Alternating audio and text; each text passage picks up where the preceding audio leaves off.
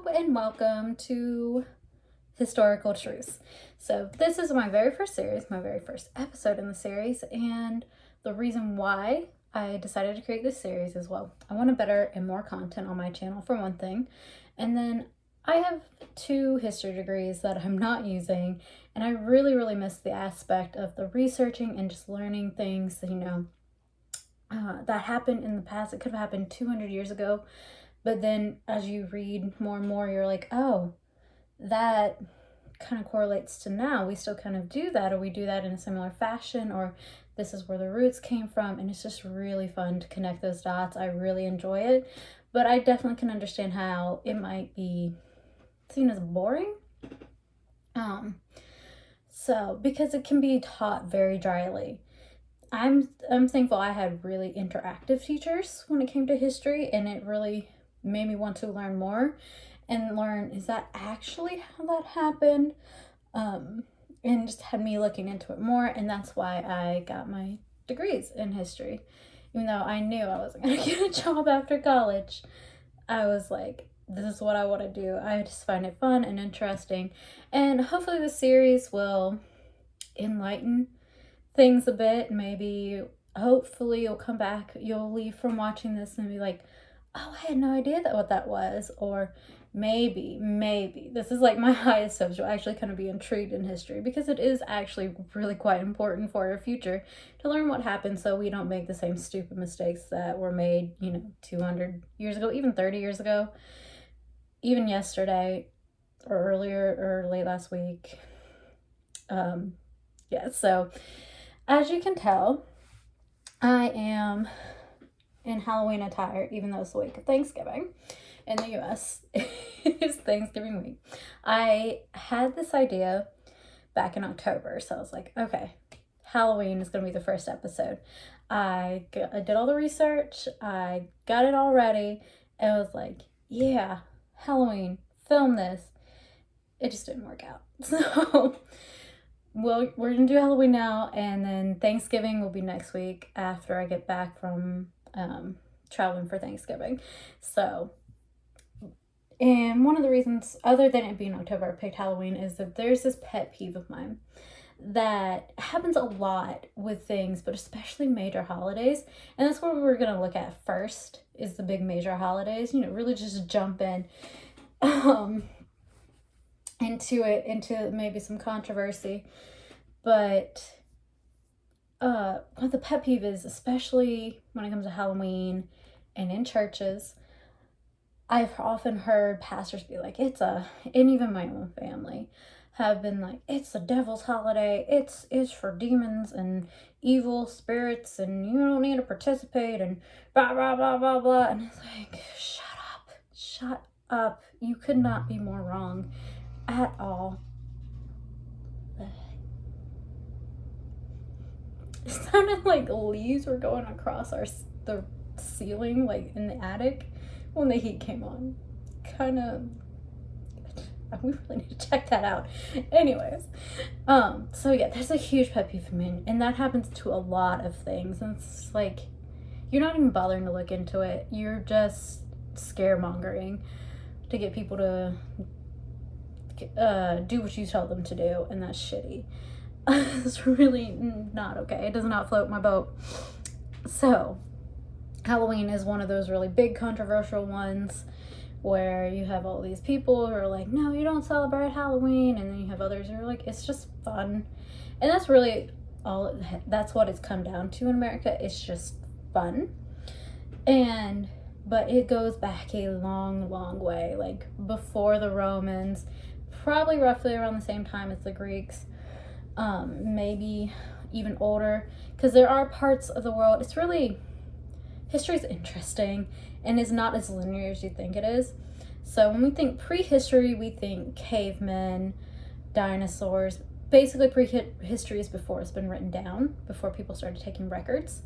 So that's very vague, because you had the Greeks, the Romans, I'm not sure if they were Chinese at the time. I'm not sure if that was the correct nomenclature, is that the word I'm looking for? But like the area of China, Mongolia, and you know, mostly Asia. I don't want to say all of Asia because then you also have Russia and India, and that's Southeast Asia, and the islands and Indonesia. But that area had their own history, writing it down. But in like England, up till the Romans finally were able to invade, they didn't write things down. Maybe a few tribes here and there may have, but it's still on a tribal system, so it's still technically, and they didn't write anything. Everything was told through story. So everything in like England, so I do a lot of hand gestures. This is going to be Europe, this is going to be England because Europe's way up there. Rome, Europe. Well, Rome's in Europe, but yeah, England. So, yes, I forgot what I was going to say. They didn't write anything down. So that's technically prehistory, which is confusing because the Romans are at the same time, and you know, you have the age of the Romans. They brought us concrete aqueducts, and they wrote everything down, and art and culture, even though that's a whole nother thing. But so that's why history is weird and confusing and is not linear space, and there's a lot of things happening at the same time. So yes, so Halloween does take back further than the Romans, probably around the same time as the Greeks. It is, I might reference it as prehistory. I probably won't, but I might. And then I wanted to give you that background. But basically, Halloween started in what we know as England. Today, the British Isles and the Celtic region, that is Ireland, Scotland, England, and Wales. There are a ton of different Druidic tribes that lived here. And Judaism is a holiday, but also I'm pretty sure the Romans just called all of the tribes Druid.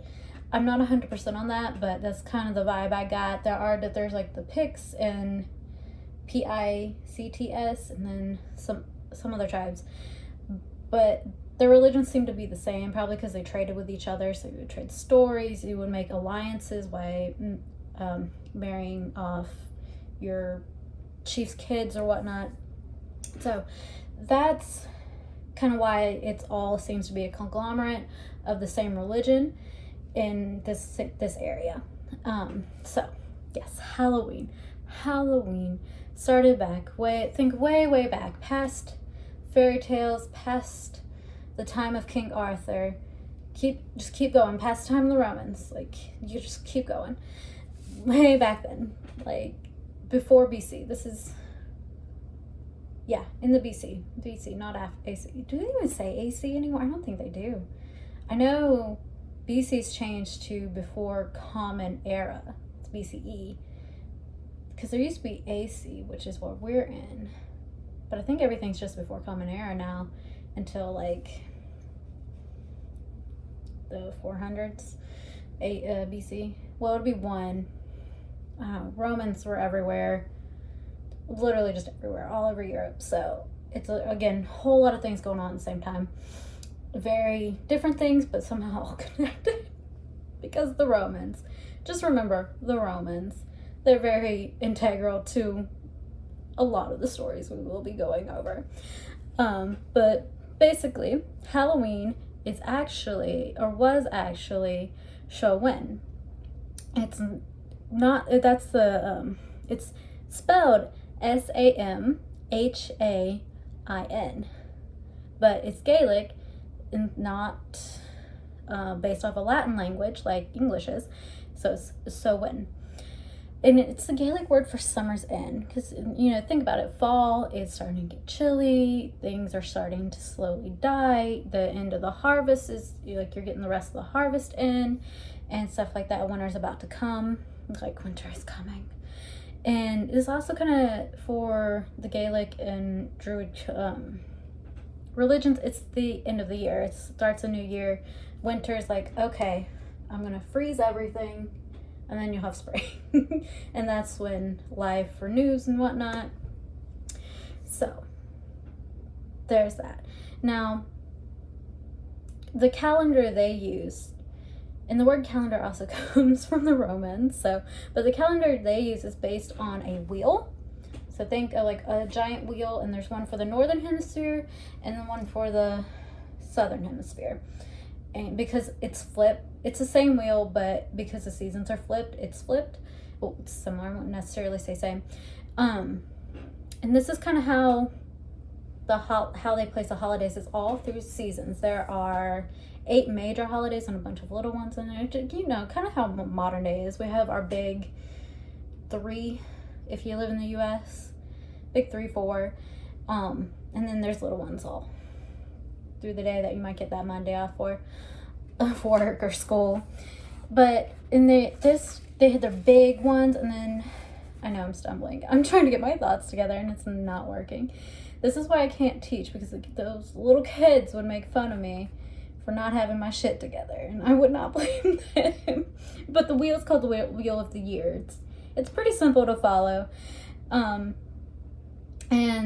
Samhain is a Druid pagan ritual. So the pagan just kind of covers anyone who's not Christian at this point in time, and it kind of still does. But so basically, if you weren't Roman or Christian, you were heathen and pagan.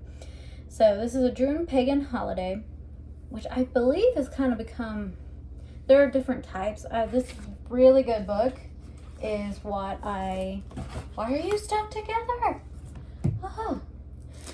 This is, you can see I did a lot of reading.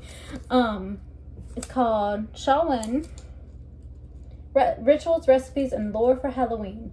Llewellyn's Sabbath Essentials. And there's a series of these. I think it goes around all 8 holidays, all 8 major holidays.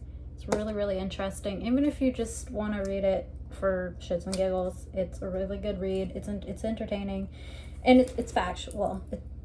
Yeah, I would say it's factual. It's not a nonfiction book. It is a nonfiction book. I don't know what I'm trying to say, but again, lost my dang train of thought right there.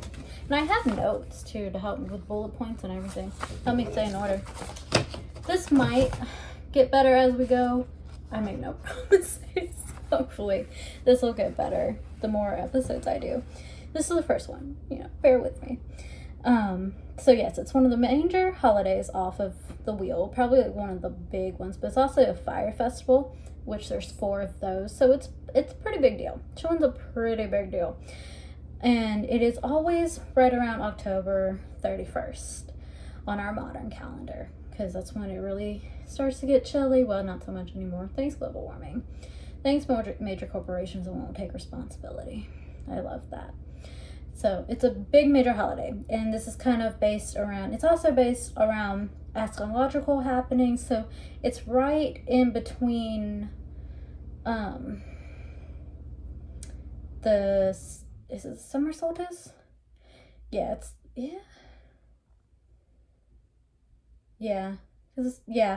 right between the summer solstice and the winter equinox that happens next month in December, when we have that really, really short day where it gets dark at like 2 p.m.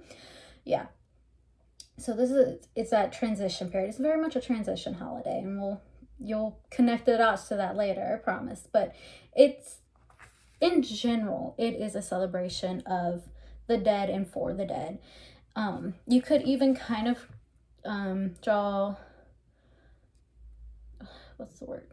Connect the dots, draw conclusions, maybe that's not the word I'm looking for, but to how Day of the Dead is in Mexico. They are similar in that they both respect the dead. It's about remembering the dead, honoring the dead, and kind of making sure they're not forgotten in a very general sense. Now, there are more details to both holidays, and we'll do Day of the Dead next year, because I think it's really interesting, but I don't know enough about it. I get really thirsty, I'm sorry. Okay, so yes, it's always around Halloween, so that hasn't changed. And then I already talked about all of this. And another reason these holidays are so, one reason it's such a big holiday, it is a Thanksgiving holiday, in that you give thanks to your ancestors and the gods, and you perform rituals for the future harvest, but you give thanks to them for the harvest that you've gotten and making it through another year. And then you basically pray and perform rites and rituals so the next year you survive and have a good harvest, because during these times you lived or died by the harvest. If you don't have any food, you aren't going to survive in winter. There's just no way around that. Like, they didn't have grocery stores. You went to the farm or the butcher, and the butcher got the meat from the farm. So very, very close, tight-knit communities, and they all had to work together to survive the year, and crops were incredibly important. So that, if you don't eat, you die, just so you know. And obviously not everyone was a farmer, but everyone had to help in some capacity. And I mentioned that this is a fire festival because a lot of fire is used. So fires would be lit on the side of town, well, just all around. And then when they went out, the priest, there was, sidebar, there, I watched something on History Channel's YouTube, and it was a good episode. It was this adorable chef that makes I don't remember the name of the show, but makes recipes from the past and does them really well, and it gives a history lesson during. And it was also kind of an inspiration for this. But she kept saying something like, I don't really remember, but it bothered me because it was saying like they were outside of like the Druid priest were the only druids, and not that it was a religion as a whole. And that it really bothered me. I was like, no, that's not correct. The Druid priests are just like basically the pastors or preachers in Christianity, or the temple priest in Greek and Roman. Like, they're a figurehead, but they're not this separate entity. It was annoying, but it was good other than that. But anyway, that was a side note. But the priest, the Druid priest, because, it's a religion, somebody asked to take control of it, I guess. They would take the ashes of the fire, make one big fire, and relight it. And they would bless it, perform a ritual over it. And then everyone in the village, the community, would get like a torch, like you've seen in the movies, like a wooden torch, and get some fire, and then light their hearths with it, and light fires around town. And this is where it comes into the dead part. These lights and these fires were to keep evil spirits away, and that includes not just ghosts or demons. It included fairies and other nefarious creatures such as that. I know today we don't think fairies as evil, but they are not it. Like, they were storied to, again, this is folklore that's just handed down. I don't believe in fairies, but if they do exist and we just don't know, I don't want them coming near me. Like, nah, fuck them fairies. They would kidnap you. They would try to kill you, steal your stuff, and just not good all the way around. So not kind.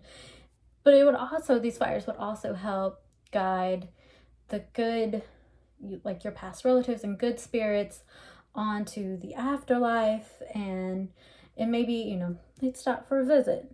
Who knows? And it was a way to kind of, in a way, see your relatives again, see those you missed, to think about them, remember them, perform blessings, and leave out treats for them. So, like the soul cakes, apparently they're really dense rye bread, and I think they have maybe something like raisins or something in it. Just a good, hearty, thick, dense bread for them to take on their journey to the afterlife. Yeah, and they would be on the houses around the town, so good spirits could come in, bad spirits would be like, oh no, we're not doing that. Nope, they got us this time. And then by the next, and the fires had to burn out on their own. That's very important. You couldn't put them out, because then in come the ghosts are like, haha, you fucked up. But so you keep going, so they would, see themselves out, basically. And it was, again, to guide them and offers, and then also there's a lot going on with this holiday. It's a big event, like huge. Everyone's involved, very important. So you have the fires going to keep the spirits away, and you're also doing rituals for the gods in hopes for a gentle winter. So that is just the general overview of Showen back thousands of years. It continues to change and develop once, I think you can guess it, the Romans come to town. So the Romans tried a few times to conquer England, the British Isles, Britannia as they called it, and it took them a while. I think Caesar tried at least twice, and I think Hayden's the one who really got in there. There's a few others. It's a lot. They're not that important, because Hayden's Wall, he got up to Scotland, and then that's why there's wall there, and the Celts just tore him to shreds.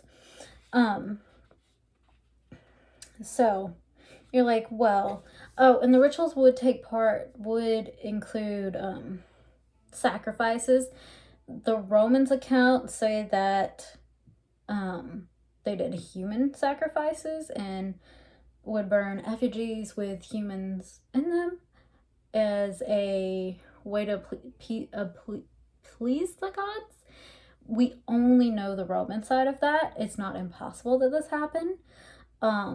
Though it's kind of silly, for lack of a better word, that the Romans were so upset about this when they haven't been doing human sacrifice, but they would sacrifice animals and stuff to their gods. So, but we only have the Romans written down accounts of what they may or may not have been sacrificed at these rituals.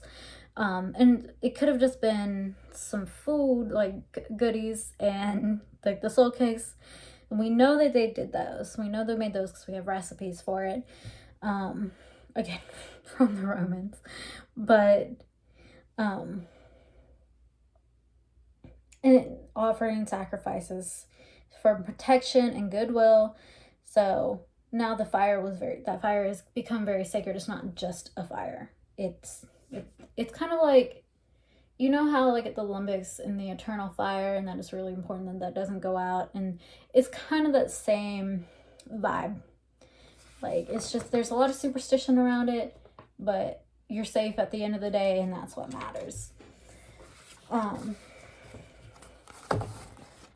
let's see. Rome. Why is Rome important to how we celebrate Halloween now? Well, with Rome eventually came Christianity.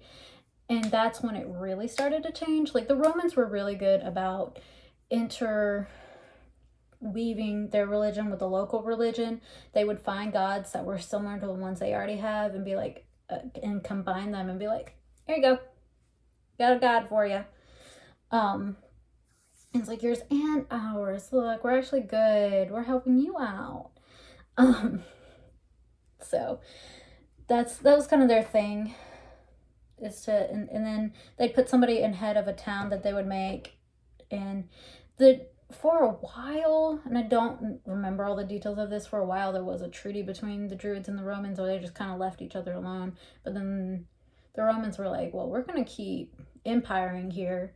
And the Druids were like, well, fuck you. But Rome had the stronger weapons and bigger army. And that's how it kind of got conquered in a very condensed way. But they brought Christianity. And that changed everything more or less. So let's see. I forgot about the veil. The veil is a very important part. I'm sure you've heard about the veil in movies, comic books, TV shows. The veil, Supernatural, I think, if I remember correctly, it's been so long since I've seen it, talked about the veil, or one of those type of shows. You see it on those paranormal shows all the time. And when I think of the veil, I think of like the in Harry Potter 5. Is that the Half-Blood Prince, or is that 6? No, 5 is Umbridge. And they're it's sort of the end of the book or movie, where they're in the Ministry of Magic, and Sirius, spoilers if you haven't read this or seen it, but he falls through this archway that has like this sheet coming through, and there's voices and gray stuff behind it, or sounds, I don't really remember. That's what I think of, and it's because of Harry Potter. But according to this book I read, a lot of people think of it more of like a membrane kind of thing, which makes me think of like silicone gel or Jell-O. And it gets really thin throughout the year, and it's at its thinnest on Halloween. So ghosts can just pop through, like boop, like a straw in a boba cup lid. Just whoop. And that's why it's so important to have these fires going, because they're like, oh no, they're coming through the veil. We gotta stop. Okay, good ones, welcome. Yes, we missed you, love you. Good to see you. Okay, go to the afterworld. So, and like bad ones, stay away. So I think that's kind of where like the scary part of Halloween kind of derives from too. And like the ghost and goblin lore of Halloween came from, because bad spirits would come through that too, including fairies. I'm still on fairy, like, just don't fuck with them, okay? Like, yeah, so that's why that's important. So that's the general roots of Halloween, and it changes throughout the next 1,000 years or so, to a little less than that, to what we have now. And it becomes really quite different, but still kind of the same when it hits America, but we're still on the Romans and then bringing Christianity. And so, again, they like to incorporate religions, and they did, at first they brought their own religion, the Roman religions, which is just loosely Greek.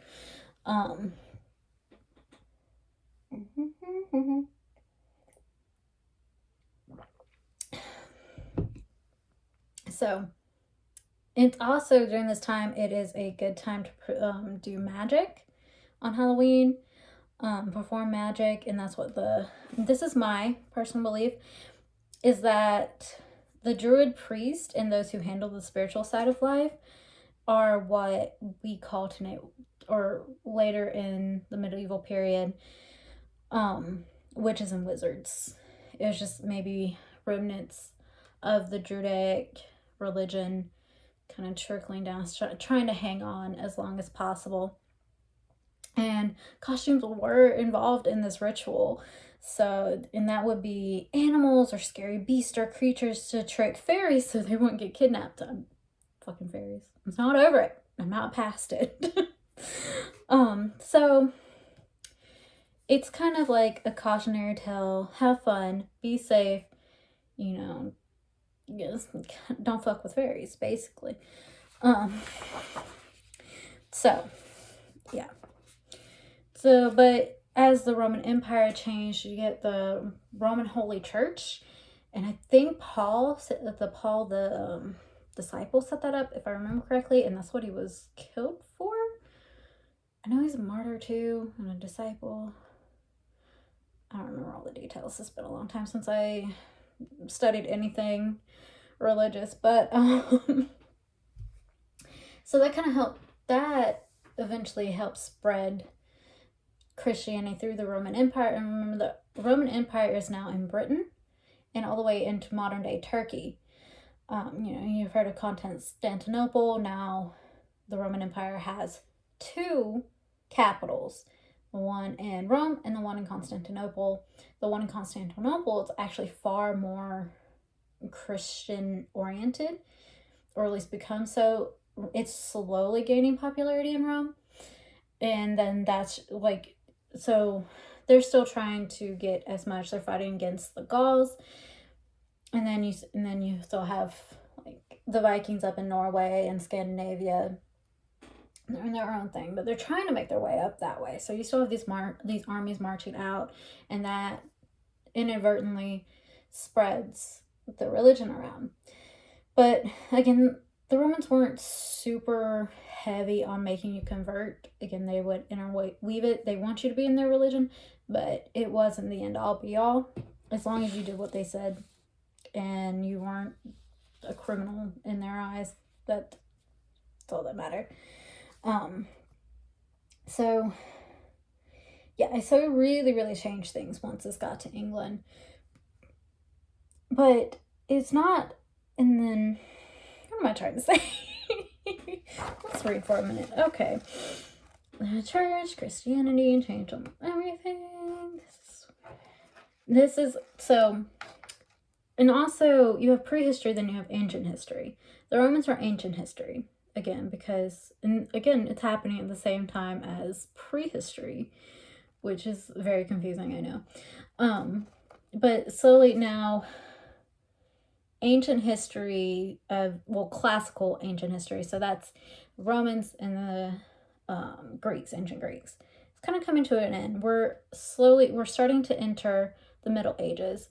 The Middle Ages go from about 100, really more like 400 AD, to about 15, 16. Depends on where you're at in Europe.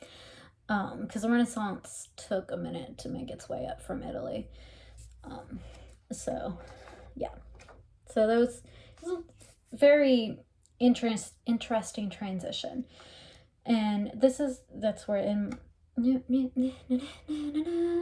don't know what I'm trying to say. Christianity really starts to build in, well, it doesn't take off, but it's slowly becoming more like the staple religion in England around the 300s. If you know anything about the Arthurian legend, it is thought that it was around 400 AD. He was a Christian king that united all the peoples, including leftover remnants of the Judaic and Celt tribes and kingdoms and all that fun stuff. We should do one on King Arthur. I love the stories of King Arthur, and there's a lot of them. Anyway, so that does not play into this right now. We talked about that. Dun, dun, dun. Yeah.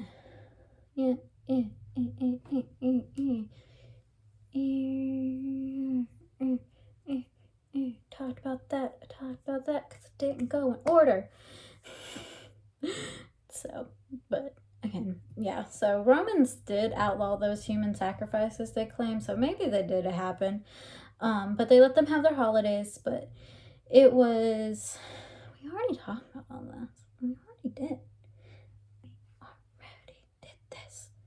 So Christianity really didn't get as super strong in Britain until William the Conqueror in 1066.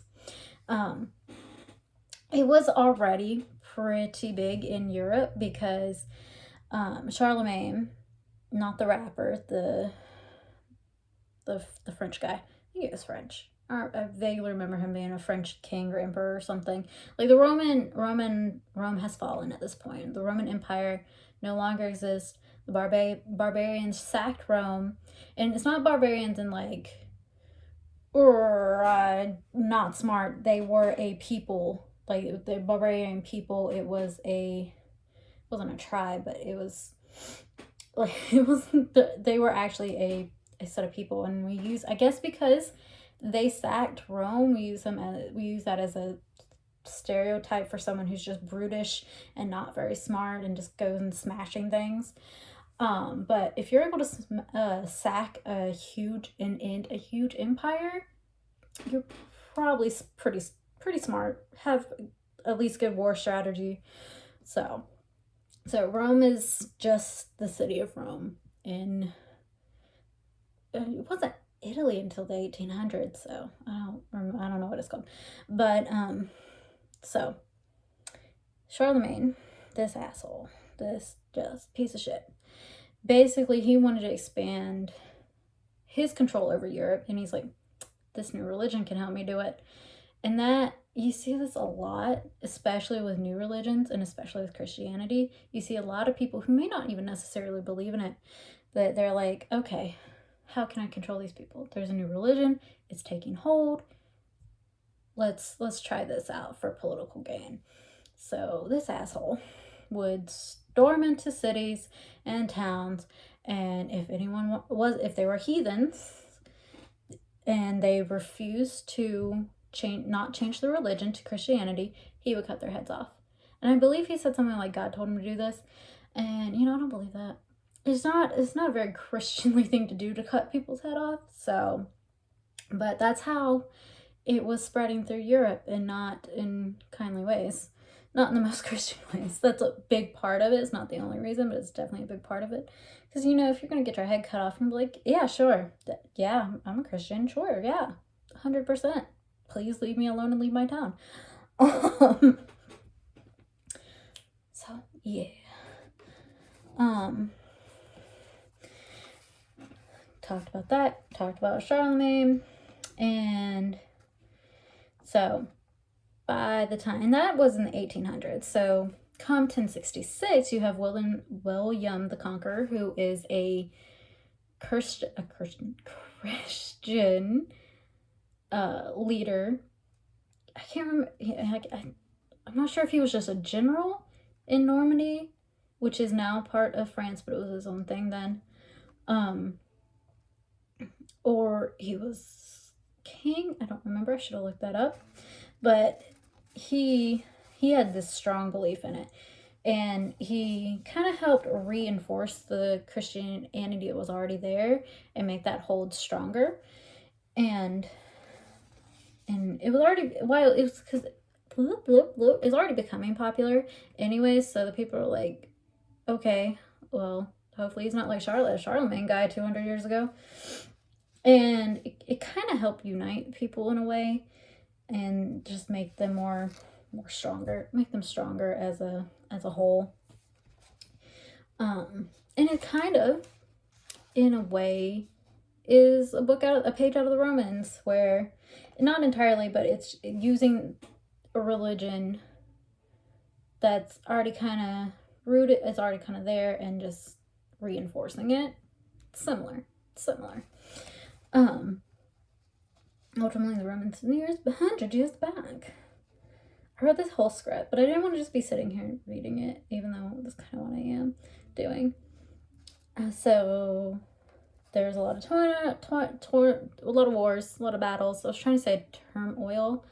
That did not come out right. And then it finally becomes the religion of Christianity.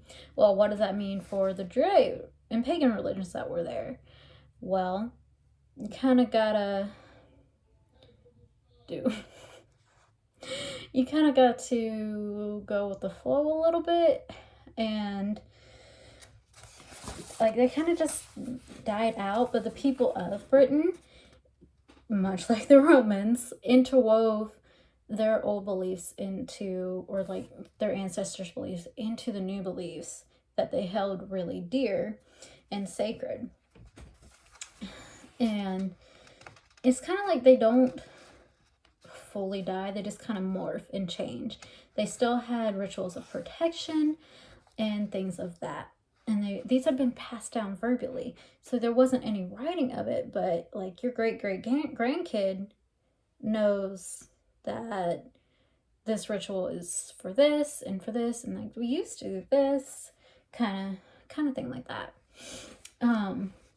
So unlike the Romans, the church then eventually tried to disassociate with pagan religions. Was like, okay, we got to stop this interweaving stuff. Like, no, like they have to follow one religion, and that is our religion, and that's it. We're not making any exceptions for them. And well, that kind of really pissed people off. They're like, fuck you. Okay. this is my history. Like, these are our traditions. Like, we're in your religion, but like dude, what? So and converting people to Christianity was their top priority, the church's top priority. So they just started to, they're like, well, if we can't beat them, let's make our own holidays. So that's what they did. And I'm sure you guys have heard of All Saints Day and All Souls Day as November 1st and 2nd.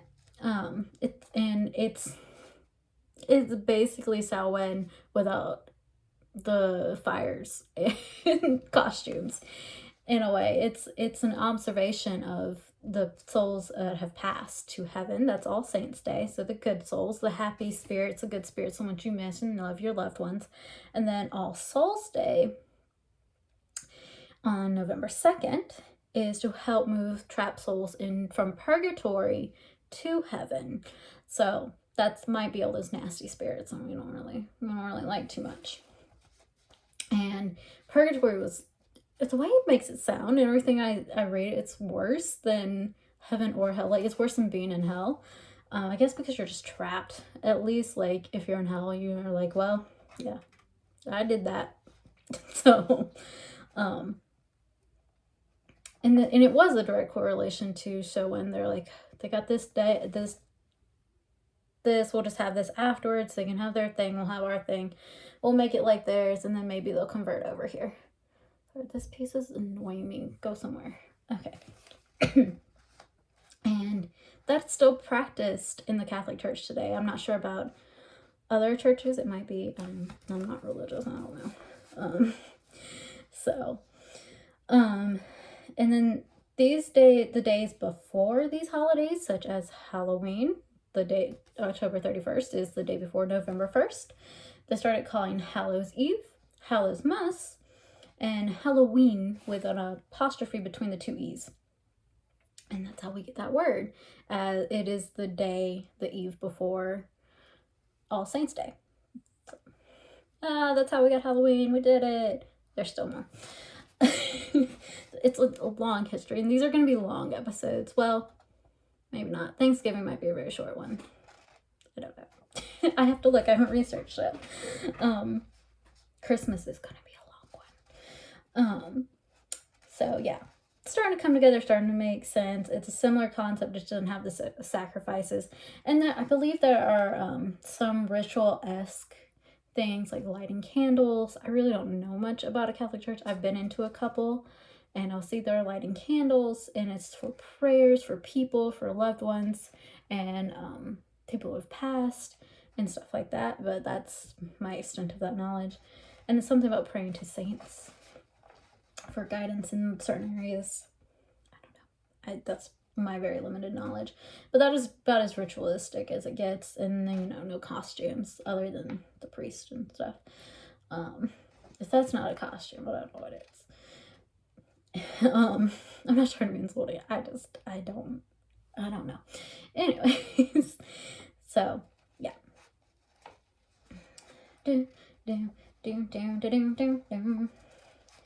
But so far we're tying it all together. It all is just showing the roots, and we're just building, the foundation, and we're just building on top of that. So, okay, well, we know where the costumes come from, but what about the pumpkins and all the other fall activities that happen in October? Well, especially like baked goods and trick-or-treating and carving pumpkins and bonfires. Yeah, they all come from Samhain and more pagan holidays around the same area. Just traditions that changed over time, but still in the spirit of Samhain. So, for me, jack-o'-lanterns are one of the best parts of the Halloween season. I love going to a pumpkin patch and carving out a pumpkin's face. Last year I did a ghost. This year I just did a regular jack-o'-lantern face, but he had little fangs. It was super cute. And then they literally last to Halloween and then completely collapsed November 1st. So this part is much later in Samhain tradition, and it's like a little bit that still thrives. It was right before, well, right during William's conquering of England. And it was in the little jack-o'-lantern started around the Middle Ages, like around 1000-ish, around that area, and maybe a little bit sooner.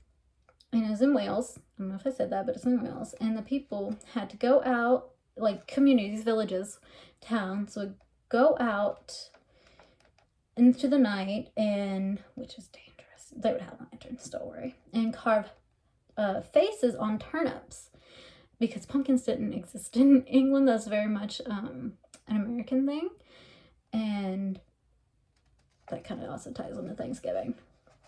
But yeah, that's a more of an American crop, thanks to the Native Americans who showed white people how to do it, and you know, they got fuck all for that, except genocide.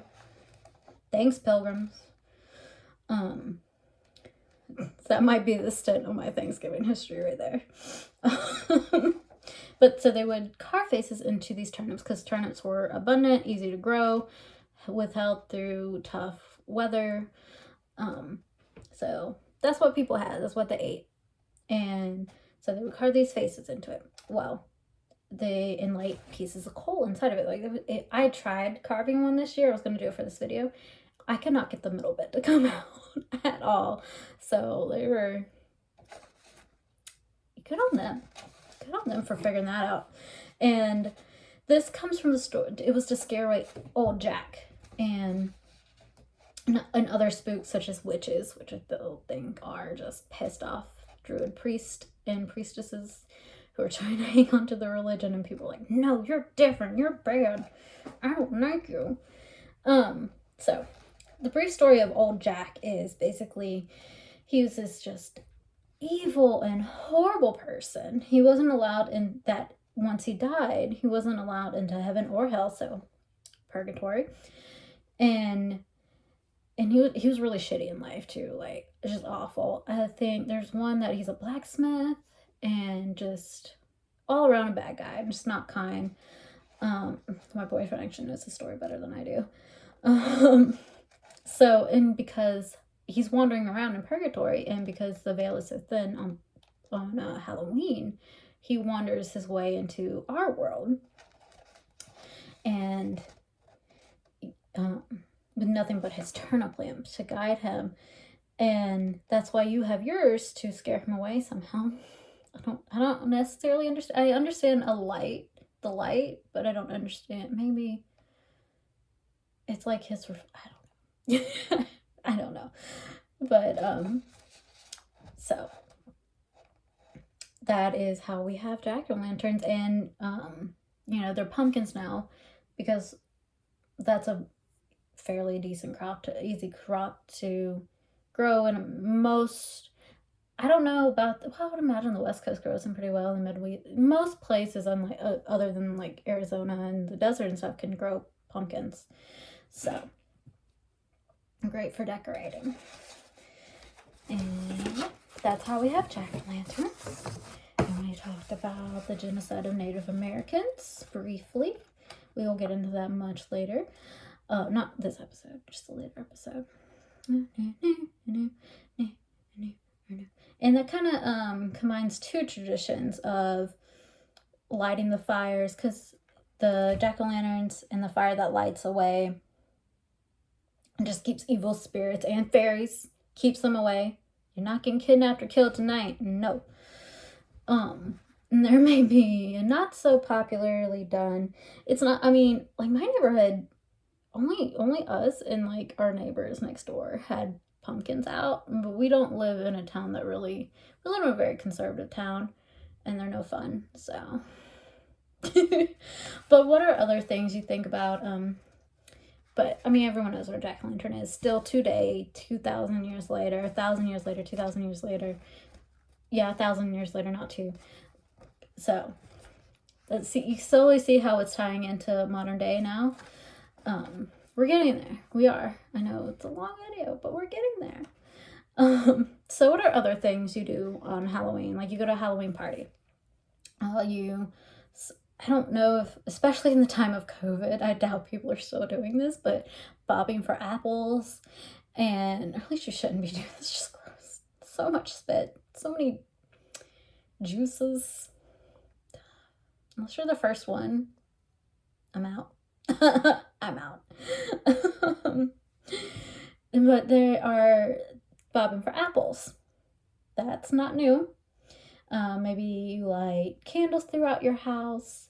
Maybe for your family, it's just like a tradition that makes the house feel warm and welcoming. But that stems back to like having that ritual fire in your fireplace, your hearth, and having your loved one stop by for your deceased loved one stop by for a visit and welcoming the good spirits in. Maybe I feel like this is probably more religious aspects, and maybe even kind of ties in with Day of the Dead, but living Dias de Muerte. I know I mispronounced that, and I apologize. But maybe leave a meal out for a past relative, or, you know, like I said, the bobbing for apples and stuff like that. You're throwing these parties, and it's kind of in that same vein of, it's not necessarily a ritual, but you're still keeping those little traditions alive. Like, apples were very plentiful in England at this time. I'm not sure if they still are. I don't know. So that's another reason apples, a lot of the baked goods they would make are like apple pie. You think that's really fall and stuff like that, because apples are harvested during the fall. So those would be the treats that were made and left out for the ghost. So, but you're like, why aren't we to trick or treating yet? So trick or treating. Well, that has something to do with showing too. It used to be called mumming, and this was done in Ireland and Scotland leading up, but like about the week leading up to Samhain. So say Halloween's on a Saturday, you'd probably do this from Sunday to Friday, something like that. Poor people, not just kids, but poor people, grown adults, would go around the village or town. I say village or town because they are two different population sizes. That's the difference, is population size. So they would go door to door singing songs, offering prayers, and so kind of like caroling in a way. But it'd be like, I can give you a prayer for some food, and they would get those the soul cakes. They're apparently very flavorful yet very dense breads, which that would keep you full. You would have a very full tummy, and that's what they would get in return, or like other treats, maybe some other baked goods, maybe something with baked apples, like things of that nature.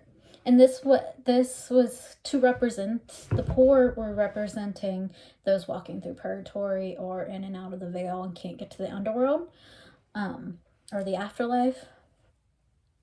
And then this slowly made its way down to England, and then that's how it became children asking for it. And once it got to England, I guess the parents were like, I got too much to do. You guys go out, do this mumming thing.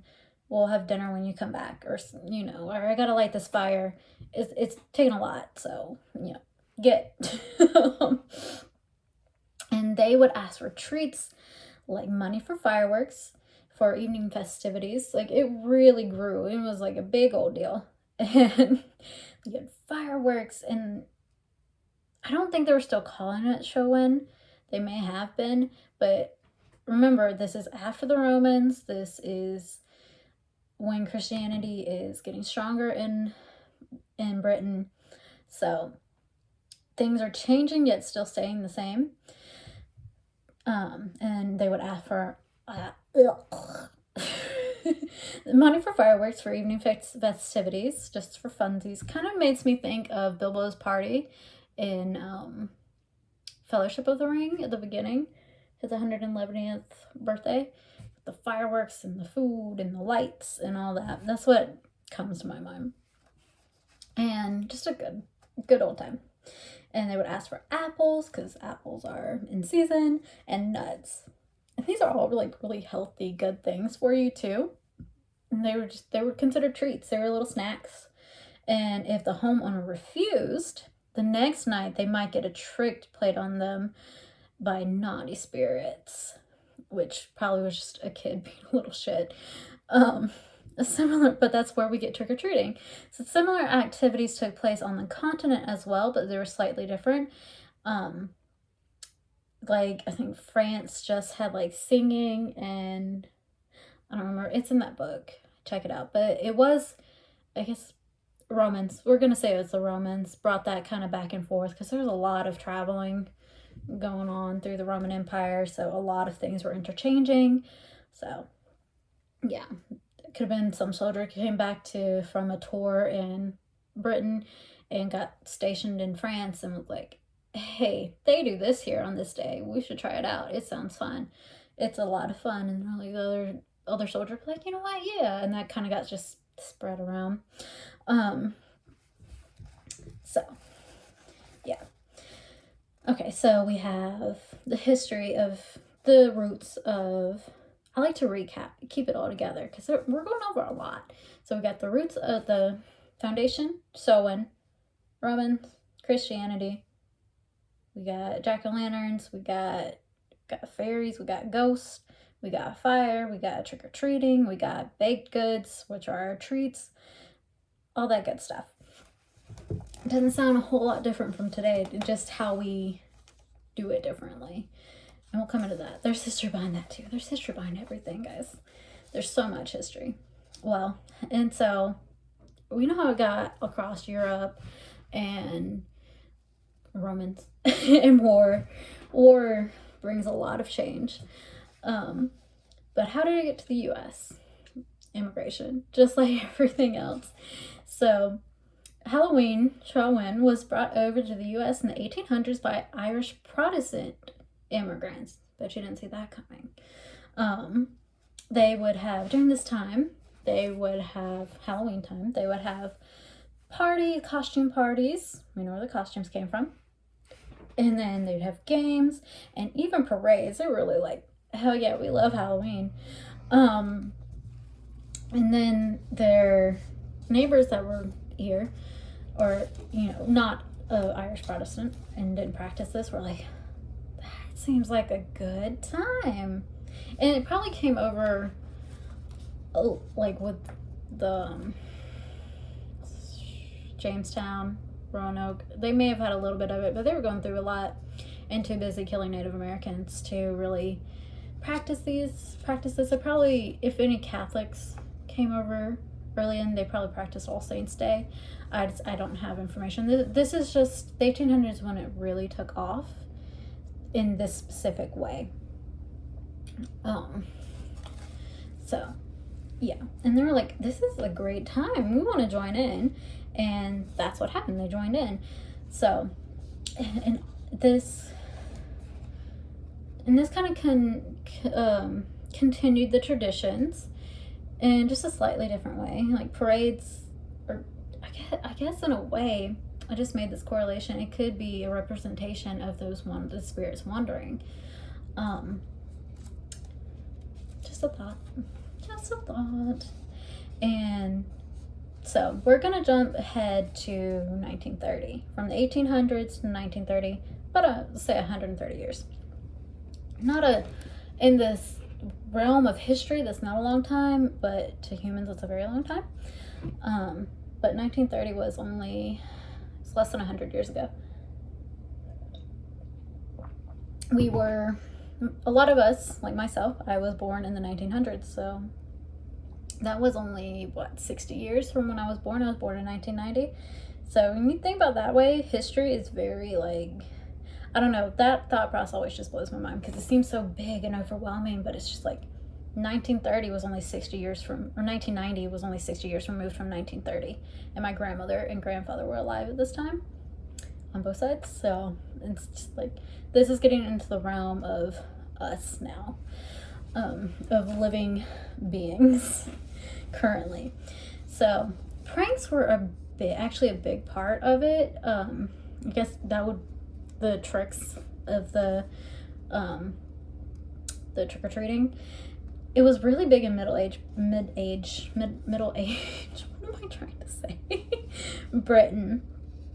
And that came a part of what happened in America too with it. But what happened in the 1930s? The Great Depression. Well, you got to focus on surviving. Kids might do a little pranks here and there, but nothing that would cost any money. Nothing crazy, because it was rough. So, people in basically my sources were like, it was too much, too expensive to do pranks, and that kind of stopped. Though I know, and we've seen it like all those Disney Channel movies, and I'm pretty sure Buffy had a few of these, like the Halloween episodes, and I feel like Bob's Burgers did a Halloween episode where Louise is trying to play pranks and stuff on Halloween, or she's just trying to steal something. I don't remember clearly, but that's still kind of in the lexicon of Halloween is pranks, even today. So skip to, and then it came too expensive, but they're still kind of celebrating it, you know. It's just not as big. It didn't specify if the parades were still going, my sources. I feel like that'd be an unnecessary expense, so you probably maybe just did a little something at home, did the trick-or-treating, you know, bob for apples, maybe saved up, have a little bit nicer dinner or something. I don't know. My sources didn't say. I went through this really quickly, actually. Then we skip ahead to 1950s. So we've gone through the Great Depression, World War II, and now we are at Korea, and now there's so many children that we now call, that are our parents and grandparents, boomers. Okay, boomer. So like, and that's why they're called boomers, because after World War II and everybody came back, and even during World War II, because where there's soldiers, there's going to be sex. So, so you know, so lots of children were born, lots and lots of children. And then how could we keep them out of trouble? They're always getting into something, playing them Halloween pranks, send them out trick-or-treating. And this is closer to what we know now, because this was only 60 years ago. No, it's more than that. 70 years ago now.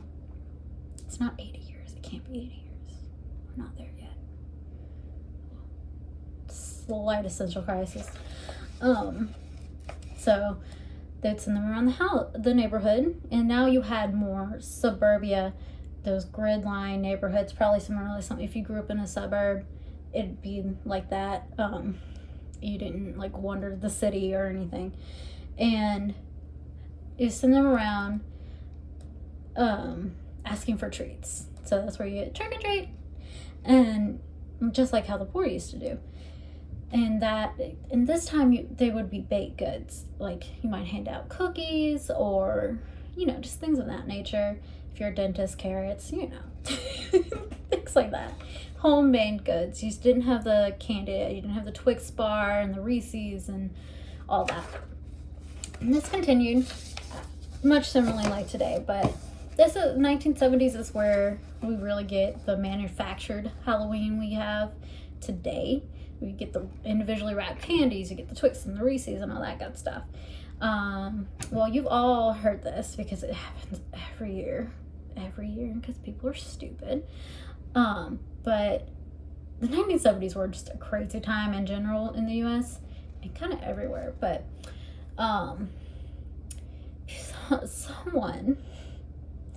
someone claimed that their child had found razor blades in their children's candy.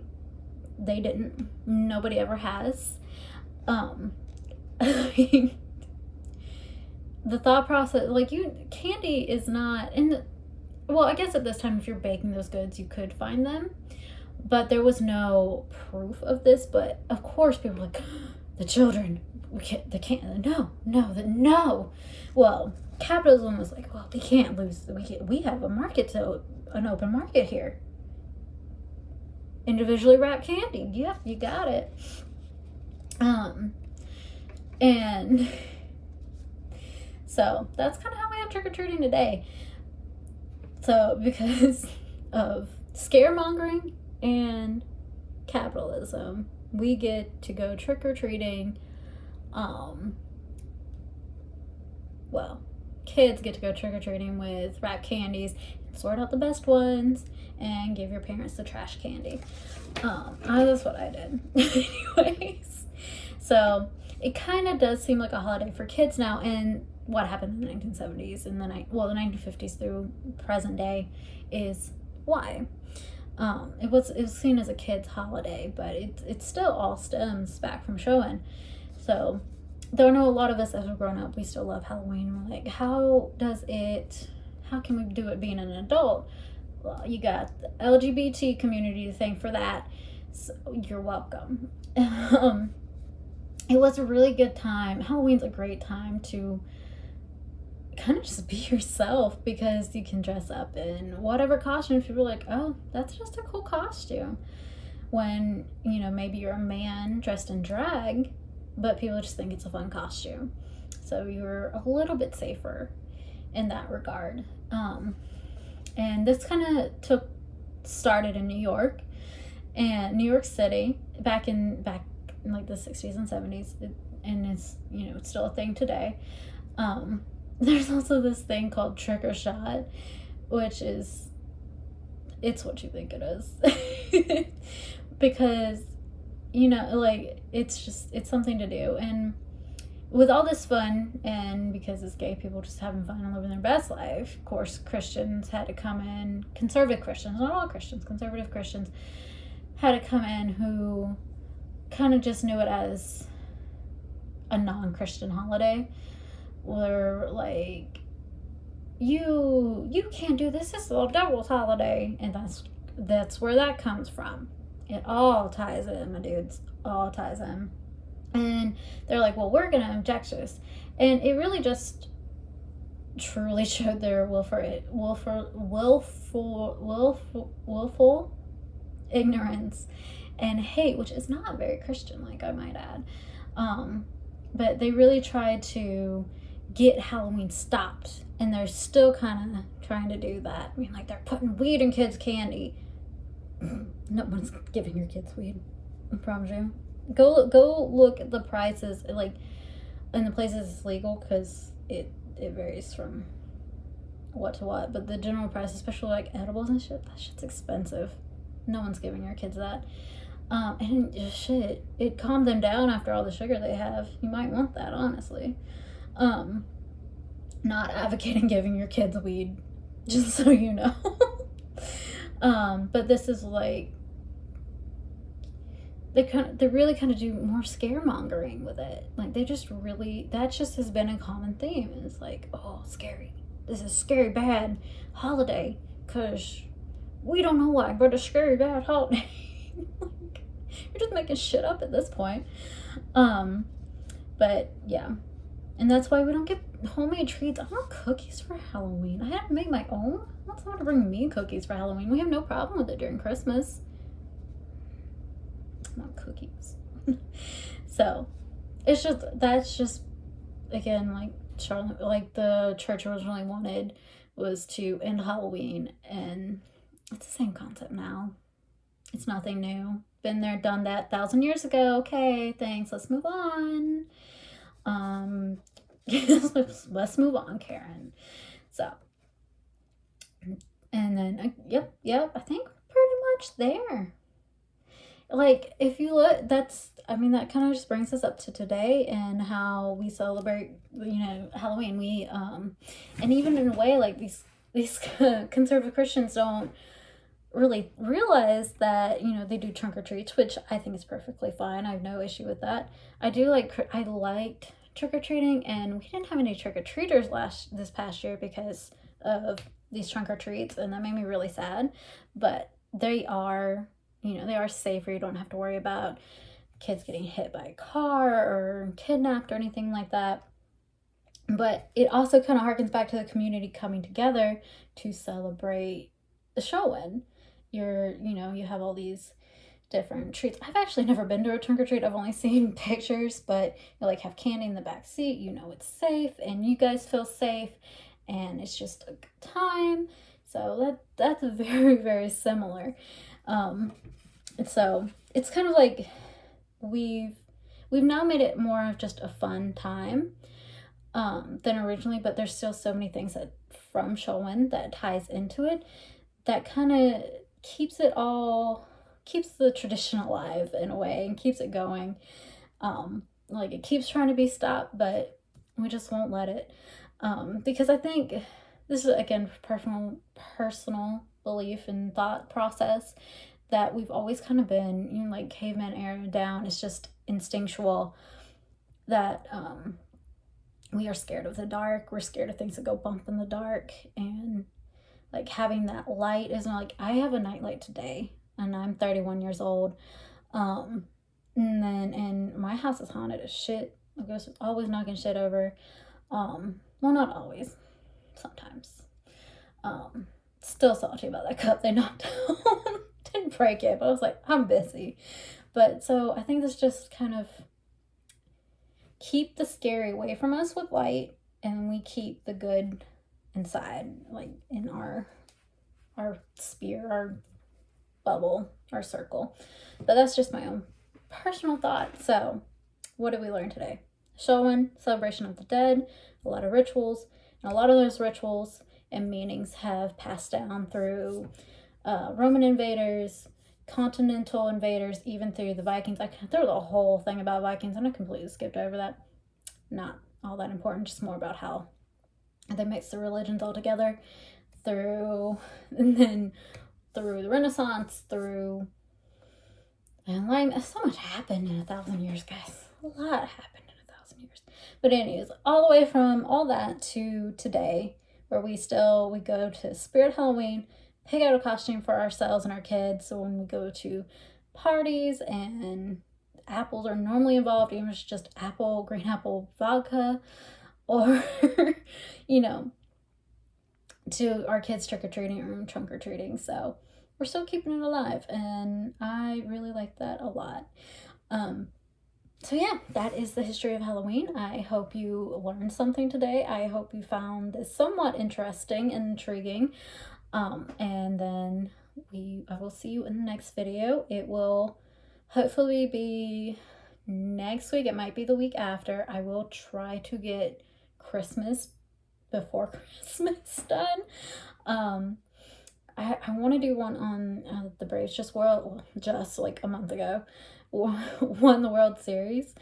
I do want to talk about the World Series and maybe the history of the Braves, because we got in the spotlight, and there was a lot of thought pieces from people who are not Braves fans talking about the Braves and don't know what's actually happening in the organization, about the name and its history and all of that. So I do want to talk about that, but I will try to get to it.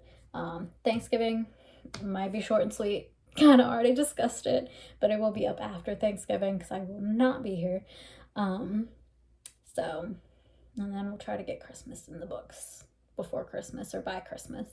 All right, I love you guys. I hope you enjoyed this. I hope you keep watching. I know it's a very long video. These are gonna be long videos, but this is just stuff I find interesting. If there's anything you want me to research down below that you want to know more about, let me know, because I don't know everything. A lot happens in history. Especially anything like east of Europe, I know very, very little about. So that would be really interesting to research and all that, and maybe things that have happened here, or it can be folklore, myth, maybe, because there's always truth in something. It comes from somewhere. So yeah, let me know down below. If you liked it, like it. If you want to keep watching this, subscribe. I mean, you can keep watching it. I'm gonna make them either way, but it'd be nice if you subscribe. So I will stop rambling, and I hope you have a great day, and I will see you in the next video.